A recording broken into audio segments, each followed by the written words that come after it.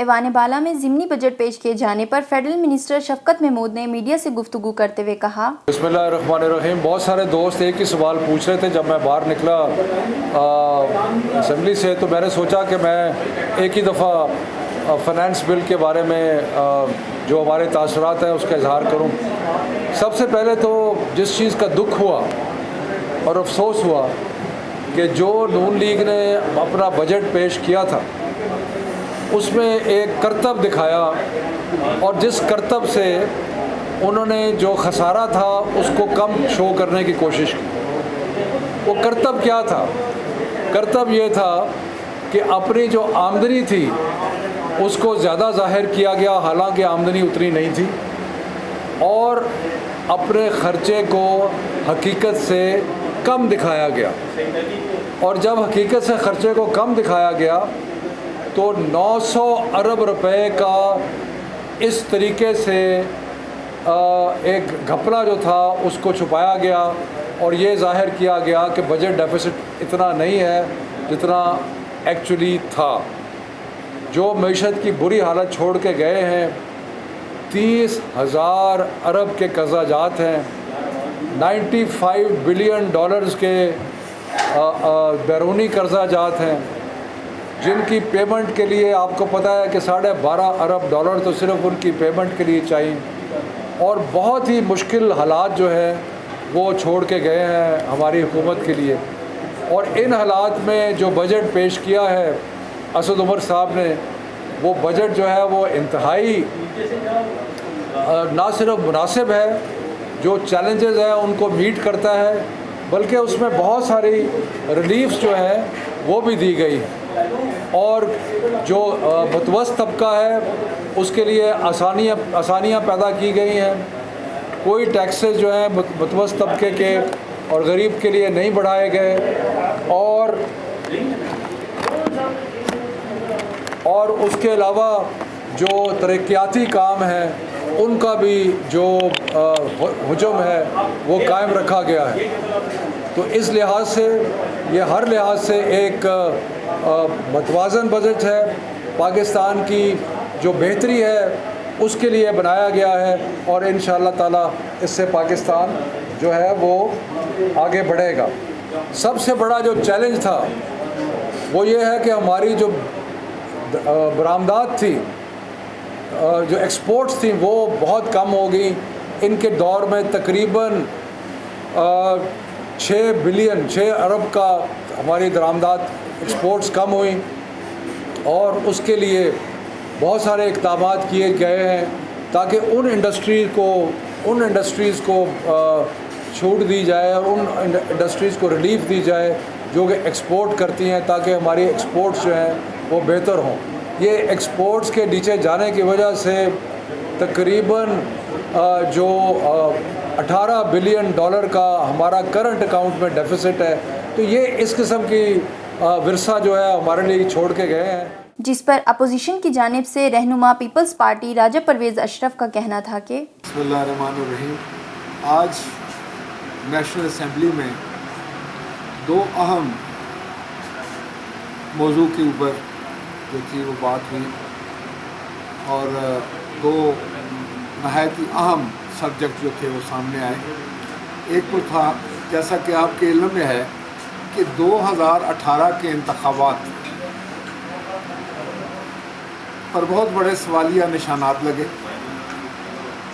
اور اپوزیشن کی یہ ڈیمانڈ تھی کہ ایک پارلیمانی کمیشن بنایا جائے۔ پاکستان پیپلز پارٹی کی قیادت جناب بلاول بھٹو زرداری صاحب نے یہ ڈیمانڈ رکھی کہ پارلیمان کے اندر ایک کمیٹی بنے، اور وہ کمیٹی جو ہے اس سارے معاملے کی چھان بین کرے، اس پر تحقیق کرے، اس پر تفتیش کرے، اور اصل حقائق جو ہیں وہ قوم کے سامنے لائے جائیں، پارلیمان کے سامنے لائے جائیں۔ نہ صرف یہ، بلکہ ایسے اقدامات جو ہیں وہ تجویز کیے جائیں، ایسے اقدامات سامنے آنے چاہیے جس سے آئندہ الیکشن کے بارے میں اس طرح کی شکایات پیدا نہ ہوں، اور پاکستان میں صاف، شفاف اور غیر جانبدارانہ انتخابات جو ہیں وہ ممکن ہو سکیں۔ پاکستان پیپلز پارٹی اور اپوزیشن ہمارا یہ خواہش تھا کہ یہ جو جوائنٹ پارلیمان کی کمیٹی بنے جس میں سینٹ ممبران بھی ہوں اور نیشنل اسمبلی کے ممبران بھی ہوں، تاکہ یہ پوری پارلیمان کی کمیٹی ہو اور اس معاملے کو وہ دیکھے۔ لیکن حکومت کا خیال تھا کہ نہیں، اور انہوں نے اس بات پر انسسٹ کیا کہ کیونکہ یہ انتخابات قومی اسمبلی کے تھے اور یہیں یہ سوال اٹھا ہے، لہٰذا کمیٹی جو ہے وہ صرف قومی اسمبلی کے ممبران کی ہونی چاہیے۔ ہماری یہ ڈیمانڈ تھی کہ مساوی نمائندگی ہونی چاہیے اپوزیشن اور حکومت کی، اور جو چیئرمین ہے وہ بھی اپوزیشن کا ہونا چاہیے، کیونکہ اگر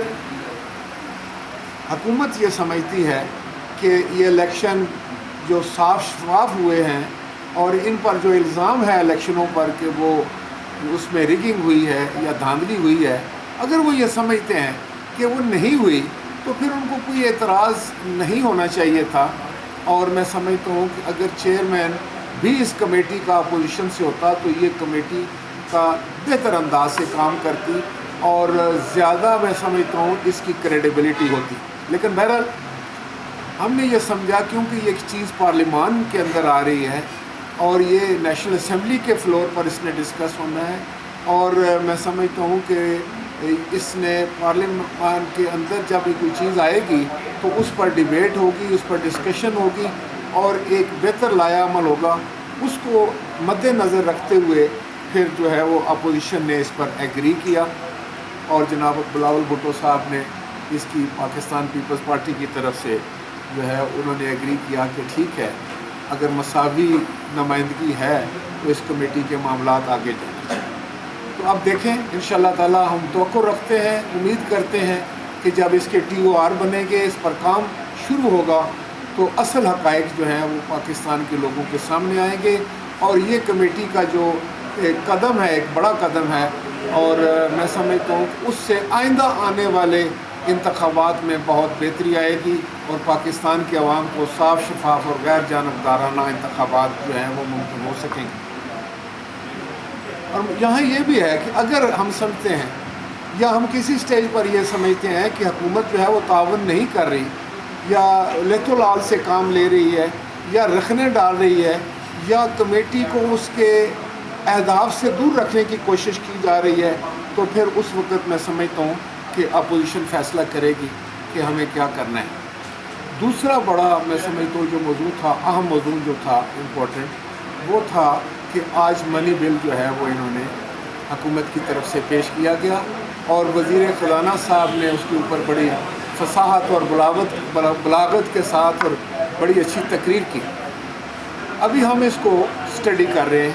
اس کا تجزیہ کر رہے ہیں، دیکھ رہے ہیں کہ کس کس جگہ پر جو ہے وہ کیا کیا معاملات ہوئے ہیں، لیکن جو چیزیں سامنے آئی ہیں وہ تو بڑی مایوس کن ہے۔ ایک عجیب سی بات یہ ہے کہ انہی وزیر خزانہ صاحب سے، جن کا میں ذاتی طور پر سمجھتا ہوں کہ ہمارے دوست ہیں اور بڑے انٹیلیجنٹ آدمی ہیں، پڑھے لکھے آدمی ہیں، 4 مہینے پہلے جب گیس کے مد میں جو ہے وہ بڑھوتری ہوئی، اس کی گیس کی قیمتیں بڑھانے کی بات ہوئی، یا 5 مہینے پہلے، تو انہوں نے ایک بڑی زبردست مدلل تقریر کی تھی، اور انہوں نے کہا تھا کہ غریب آدمی میں بوجھ ڈال کر آپ حکومت نہیں چلا سکتے۔ آج وہی وزیر خزانہ صاحب جو گیس کی قیمتوں کو اتنی بڑی، بہت زیادہ جو قیمتیں بڑھی ہیں، ان کو بڑے خوبصورت انداز سے ڈیفینڈ کر رہے تھے۔ ہم یہ سمجھتے ہیں کہ ٹیکسز لگا کر، ٹیکس زیادہ کر کے، جب تک کہ آپ ٹیکس کا بیس نہیں بڑھاتے، لوگوں کو ترغیب نہیں دیتے، صرف ٹیکس بڑھا کر جو ہے وہ آپ کوئی اتنی بڑی کلیکشن نہیں کر سکتے کہ جس سے ملک میں کوئی انقلاب آ سکے۔ بہرحال ہم دیکھیں گے اور اس کا تجزیہ کریں گے، اور میں سمجھتا ہوں اس کے بعد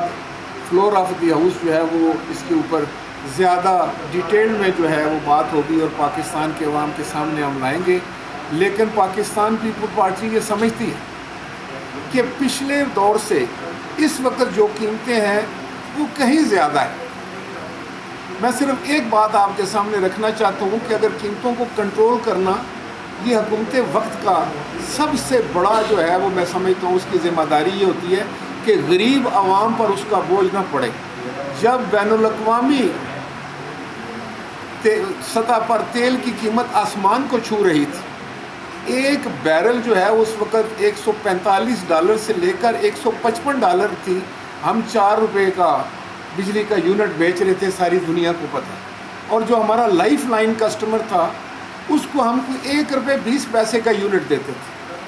آج جب کہ بین الاقوامی سطح پر تیل کی قیمتیں انتہائی نیچے آ چکی ہیں، اس وقت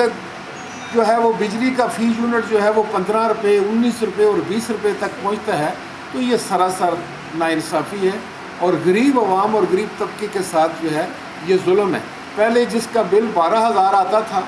یا 6,000 آتا تھا، اب اس کا 9,000 آئے گا. جس کا 12,000 آتا ہے اس کا 18,000 آئے گا. تو لوگوں کی جو انکم ہے اس میں تو کوئی اضافہ نہیں. تو میں یہ سمجھتا ہوں کہ یہ جو بجٹ لانے کی کوشش کی گئی ہے، یہ جو